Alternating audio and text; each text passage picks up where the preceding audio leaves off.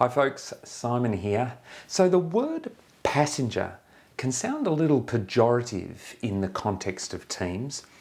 Something I'll often hear from leaders in preparing for workshops and other team events is that we need to be on the watch out for certain people who are typically passengers.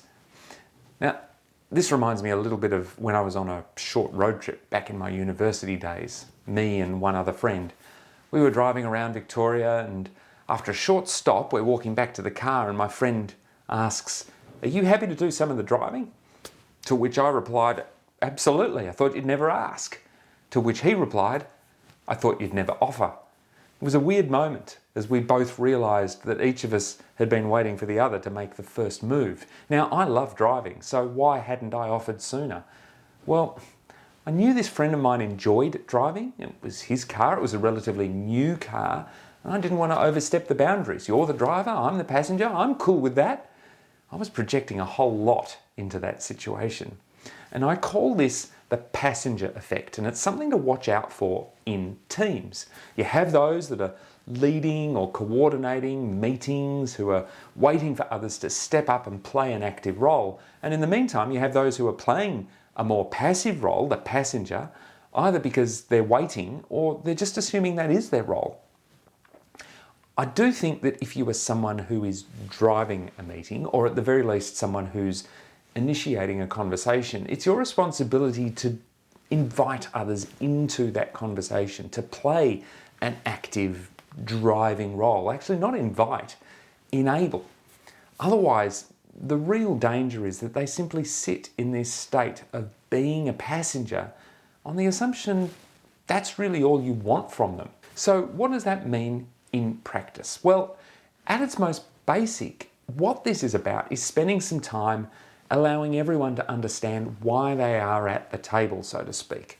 And that means spending time ensuring everyone is clear on the shared purpose of a conversation, what we want to get to by the end of that conversation, what each and every one of us is hoping for from the conversation, what everyone needs and expects from each other and from the process, and for that matter, what the process even looks like. In other words, how do we all get to the point where we have a really clear and shared understanding of how this conversation is supposed to work, why it's happening, and what each of our roles in that might be? One critically important element in this is how are decisions going to get made in this conversation today? And another one might be, is it okay to have a different point of view and to express that? And when I say, is it okay, I don't mean, are you politely going to let me express my different point of view, but do you actually want it? Do you need it? And what will we do with it when I put it on the table so I don't just create awkward moments?